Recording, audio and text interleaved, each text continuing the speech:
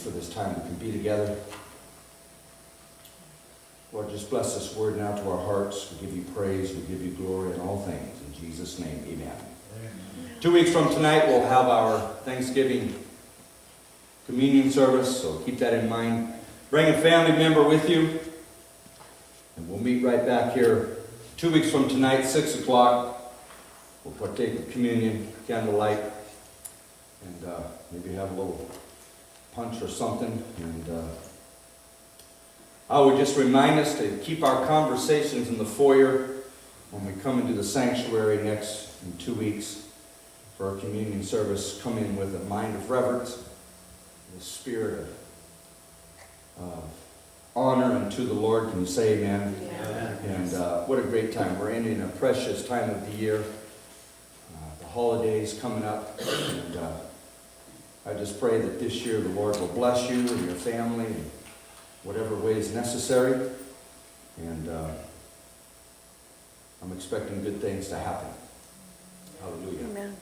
I'm already making a New Year's resolution. We haven't even started on this yet, but I just want to throw this out to you. Okay, just throw you some bait. I think, I haven't made it for sure yet. It's not in stone, but I think, I even mentioned this to my wife the other day, for my own self, a New Year's resolution.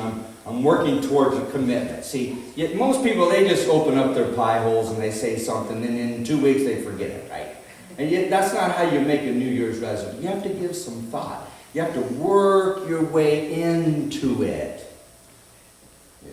Most of you are looking at me like I have no idea what he's talking about. That's because you've not read the pamphlet yet. Open up the pamphlet and read it. Okay. So anyway, I was talking to my wife. I said, honey, I think possibly for my New Year's resolution next year, I'm going to read a book a month. I'm going to read a book a month. Now that's a commitment for me. So I'm just saying, just throwing that out to you. Okay? I'll let you know later if it's going to happen or not. But because I have to have a vision for it. So anyway, be thinking about that New Year's resolution, holidays. God's going to bless you. Say amen. Turn your Bibles, please, to Luke chapter 15.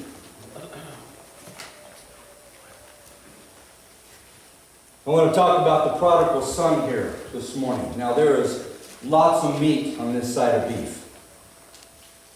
Lots of meat. So we're just going to cut away one small portion of cut from this half of beef this morning. And possibly we'll eat the rest of it in the coming weeks. I don't know. Depends on how the Lord leads. But again, there's just an awful lot of meat here, and I want to focus in on just one small piece. So we're going to pick it up, Luke chapter 15, beginning with verse 11. And he said, a certain man had 2 sons. And the younger of them said to his father, Father, give me the portion of goods that falleth to me.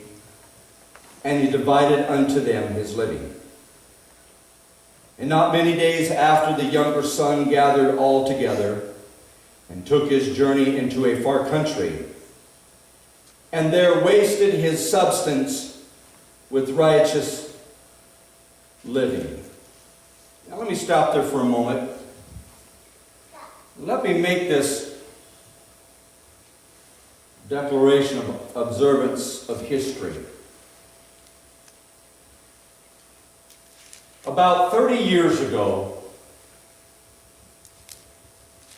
I believe the United States of America was guilty of this son. And in just a couple days, we're voting for a new president. The most important election in our nation's history, besides the 1860 election when Abraham Lincoln became president. And finally, most experts and pundits and opinionators and writers and so forth and political strategists are finally saying this. They're saying it in our lifetime. I'm saying it in the history of our nation. Next to 1860. And about 30 years ago, I believe the United States of America took their wealth, she took all of her goods, and America separated itself from God. The charismatic movement of the late 60s and the early 70s, you can read and follow through our history, and every great movement of God lasts about 15 to 20 years. And about 30 years ago, the charismatic movement was coming to an end in our country. The movements of God around the world, and especially in our country, was beginning to wind down. And I believe the enemy, I believe the devil, in his plan of deceit, knew that he had to, as the charismatic movement slowed down and began to come to an end. And you can trace back 30, 35 years, and most of the mega churches that are happening today started within the last 20 to 30 years, especially in our country. And I believe the enemies planned that the way he was going to steal America from God was to bring in to the fabric of our society political correctness. And political correctness began to invade our politics. It began to invade our social structure. Began to invade our military strength.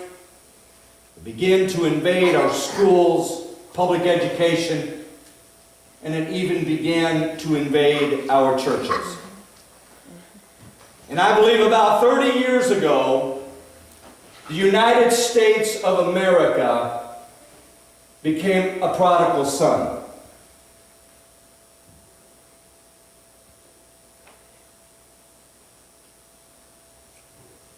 I don't know if in 2 days that's going to begin to be fixed again. I don't know. However, I do know this. Last night, if you're watching on the news, Donald Trump was having a rally in Denver, Colorado. And as he was going over the list of things that in his administration that he was going to do, one of the things he said was that there was going to be massive tax cuts for the middle class and for everybody, and there was a loud applause. And the thousands of people that were there clapped and applauded. And then the very next thing that he said was, and I promise to protect our religious freedoms. And there was a greater applause for him protecting our religious freedoms than there was tax cuts. In fact, he even mentioned, he went, whoa, that's interesting. He goes, that was a greater applause for religious freedoms than for tax cuts. And he goes, now isn't that interesting? He goes, good for you. Good for you. Isn't that interesting? That drew a greater applause than the tax cut applause.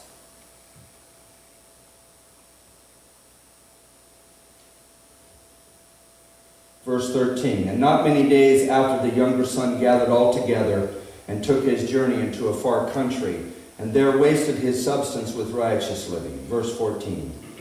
And when he had spent all, there arose a mighty famine in that land, and he began to be in want. And he went and joined himself to a citizen of that country, and he sent him into his fields to feed swine.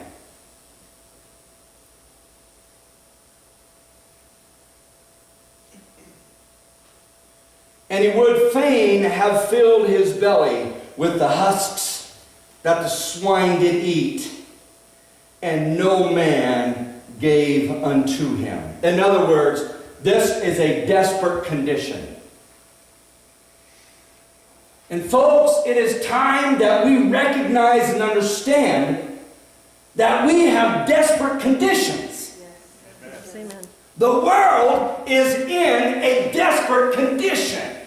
Now, this is not naysaying, and this is not bummer preaching, and this is not downer stuff. It is being realistic. Know ye the signs of the times, the Lord said. Or you can determine when the wind blows out of the east and when the wind blows out of the west. And you can determine the signs when the sky turns red. You know that certain weather patterns are going to take place. But of the signs and the times of the seasons of man, you're clueless. He said to the Pharisees and to the scribes and to the children of Israel, you're clueless.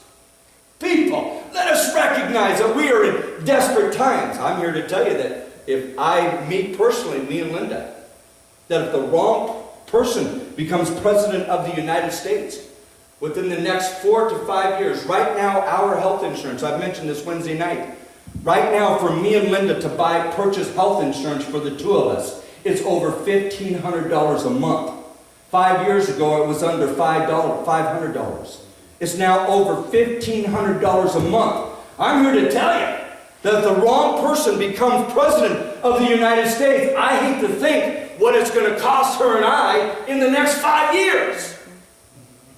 Now, God is our sustainer. Now, don't lift your hand, but I dare say I doubt there's any of you in this congregation listening to me right now where your health insurance for the two of you maximizes over $1,500 a month. I'm just telling you, we're in desperate condition. We're in a desperate situation. And there is a famine in the land. There is a famine in the land. Let's go on. Verse 17. And when he came to himself. Folks, I believe it is time that the church come to itself. I believe it is time that America come to itself. I believe it is time that preachers come to themselves. Yes. And recognize the condition and the state of our lives and of the world. And not think for 1 second that God separates the church from the world. That God separates the church from our country. We are uniquely tied together. We possibly, if I have time, will read scripture where that he called Jerusalem, he called Israel, he called, oh my people. And here the prodigal son, because given the conditions of his life, and when he came to himself, I must admit, and I confess, folks, that over the last year and a half for my own self, and you know our conditions, that I got staggered about a year and a half ago. And I've worked hard. We've worked hard. We've worked diligently to press through this physical inability that was all of a sudden laid upon us. But I'm here to tell you something. I really feel like that Daryl Stavros is once again coming to himself. Amen. And America better get to itself. Amen. The church better come to itself. Amen. Oh, I know God's prospering. I know people are blessed. I know churches are doing great things. I know there are heroes in the world that we know nothing about. But we're looking at the big picture. And this story in here, this illustration of the Lord, this isn't just about one person. This is about a people. This is about a nation. This is about a country. And I believe the United States of America, we need to come to ourselves. Amen. We need to get God back into church. We need to get God back into our prayer time. We need to get God. Listen, I know you've got family members that they need to come to themselves. Yes. And you need to pray. I know you pray. I know you pray. You're diligent in your prayer for your loved ones. Pray that they will come to themselves. Hallelujah. And when he came to himself, what does it take for us to come to ourselves? What does it take? What does God have to do to an individual, to a church, to a country, to a city, to a community, to get them to come to themselves. Sad to say that so many times, even near-death experiences doesn't get a person to come to themselves. The greatest attack on our soil from an alien force in 2001, the United States of America, we kind of rose up out of bed for a moment, kind of washed our faces, looked around, said a quick prayer, and then went right back to bed.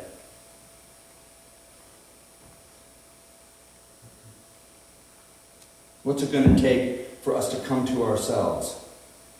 I believe there are many Christian people in churches today. Possibly there are some even here listening to me here this morning that, you know what, you've been a Christian a long time. You've been going to church a long time. But you know what? You need a move of God in your life so you can come to yourself. You need a move of God in your life.